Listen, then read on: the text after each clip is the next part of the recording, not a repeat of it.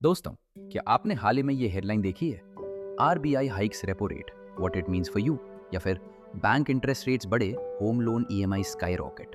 ऐसा लगता है जैसे हर दूसरे दिन इंटरेस्ट रेट्स की खबर आती है और सीधा हमारी जेब पर असर करती है। लेकिन क्या आप सच में समझते हैं कि ये इंटरेस्ट रेट्स क्या हैं और आपके पैसे पर इनका इतना बड़ा इम्पैक्ट क्यों होता है? देखिए, जब आरबीआई या कोई central bank repo rate increase करता है तो इसका सीधा मतलब है कि बैंक्स को अब आरबीआई से पैसे उधार लेने के लिए ज्यादा इंटरेस्ट पे करना पड़ेगा। समझिए, आरबीआई बैंक्स का बैंक है, तो अगर बैंक्स को ही महंगा लोन मिलेगा तो आगे वो आम आदमी को या बिजनेसेस को सस्ता लोन कैसे देंगे? ऑब्वियसली उनको भी अपने लेंडिंग रेट्स बढ़ाने पड़ेंगे। और इसका इम्पैक्ट क्या होता है? अगर आपका होम लोन चल रहा है तो आपकी ईएमआई बढ़ जाती है। नई कार या घर लेना चाहते हैं तो अब वो ज्यादा एक्सपेंसिव हो जाता है। बिजनेसेस के लिए भी एक्सपेंशन के लिए लोन लेना महंगा हो जाता है। तो दोस्तों, ये सिर्फ एक फाइनेंशियल टर्म नहीं है, ये सीधा आपके मंथली बजट और फ्यूचर प्लान्स को अफेक्ट करता है। आपकी सेविंग्स पर भी असर पड़ता है। एफडी रेट्स बढ़ सकते हैं। तो दोस्तों, ये इंटरेस्ट रेट आखिर है क्या? सिंपल टर्म्स में interest rate is the cost of borrowing money या फिर रिवॉर्ड फॉर लेंडिंग मनी। जब आप किसी से पैसा उधार लेते हैं तो आपको उस ओरिजिनल अमाउंट के साथ थोड़ा एक्स्ट्रा पैसा वापस करना पड़ता है। ये एक्स्ट्रा पैसा ही इंटरेस्ट है।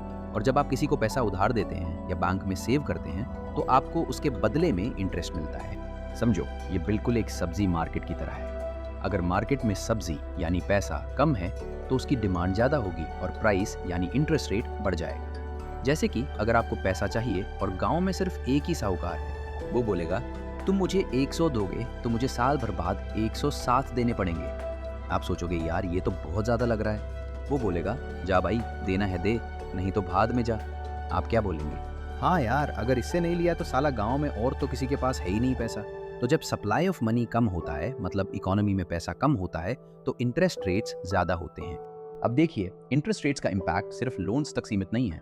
जब आप सीएफए की तैयारी करेंगे तो आप देखेंगे कि बॉन्ड प्राइसेस पर भी इनका बहुत बड़ा असर पड़ता है। बॉन्ड्स एक फाइनेंशियल इंस्ट्रूमेंट होते हैं, स्टॉक्स की तरह, जो आपको फिक्स्ड इंटरेस्ट देते हैं।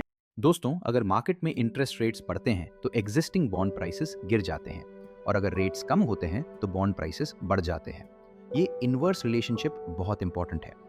सिमिलरली दोस्तों, स्टॉक्स पर भी इंटरेस्ट रेट्स का बहुत बड़ा इफेक्ट पड़ता है।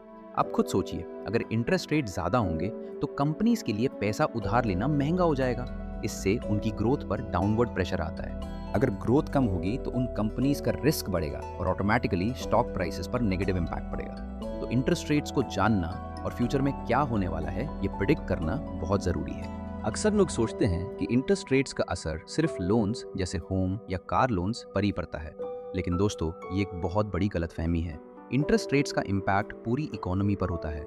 ये सिर्फ आपकी ईएमआई नहीं बढ़ाते, बल्कि stock market, bond market, currency exchange rates और बड़े बिजनेसेस के इन्वेस्टमेंट डिसीजंस को भी डायरेक्टली अफेक्ट करते हैं। तो ये सिर्फ लोन का ब्याज नहीं है, ये मैक्रो इकोनॉमिक्स का एक फंडामेंटल पिलर है।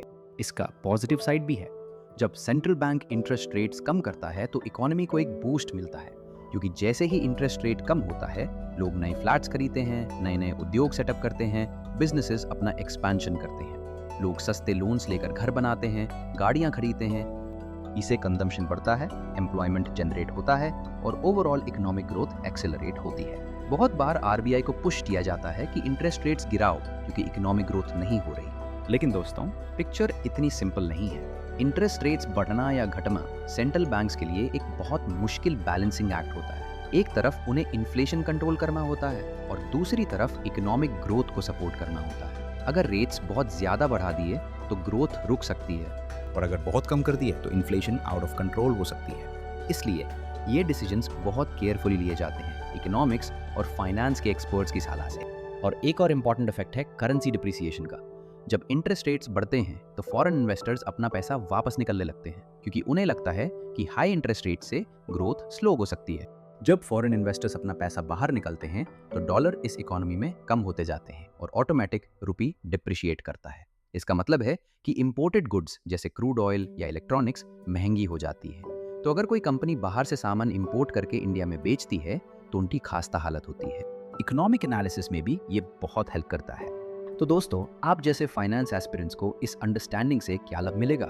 आपके इन्वेस्टमेंट डिसीजंस बहुत ज़्यादा डिपेंड करते हैं इंटरेस्ट रेट्स पर। जब आप CFA की तैयारी करेंगे तो आप bond pricing, equity valuation, risk management और मैक्रो इकोनॉमिक एनालिसिस जैसे टॉपिक्स में इंटरेस्ट रेट्स का डायरेक्ट एप्लीकेशन देखेंगे। एक पोर्टफोलियो मैनेजर, रिस्क एनालिस्ट या इकोनॉमिस्ट के लिए इंटरेस्ट रेट्स को समझना और प्रेडिक्ट करना उनके डेली काम का एक बहुत इंपॉर्टेंट पार्ट होता है। ये आपको मार्केट ट्रेंड्स को बेटर एनालाइज करने में हेल्प करेगा। तो दोस्तों, आज हमने इंटरेस्ट रेट्स के बारे में क्या सीखा। पहला, interest rates cost of borrowing या रिवॉर्ड फॉर लेंडिंग है। दूसरा, इनका इम्पैक्ट सिर्फ लोन्स पर नहीं बल्कि बॉन्ड प्राइसेस, स्टॉक मार्केट और करेंसी पर भी होता है। और तीसरा, सेंट्रल बैंक्स इन रेट्स को इन्फ्लेशन कंट्रोल और इकोनॉमिक ग्रोथ को बैलेंस करने के लिए यूज करते हैं। ये आपके फाइनेंस करियर के लिए एक फंडामेंटल कॉन्सेप्ट है। उम्मीद करता हूँ आपको ये वीडियो पसंद आया होगा और इंटरेस्ट रेट्स का कॉन्सेप्ट अच्छे से समझ आ गया होगा। ऐसे ही और कॉम्प्लेक्स फाइनेंस कॉन्सेप्ट्स को इंग्लिश में समझने के लिए हाउ टू CFA चैनल को सब्सक्राइब करना ना भूलें। और हाँ, कमेंट सेक्शन में बताना आप अगला कौन सा टॉपिक समझना चाहते हैं। मिलते हैं अगले वीडियो में, तब तक के लिए कीप लर्निंग।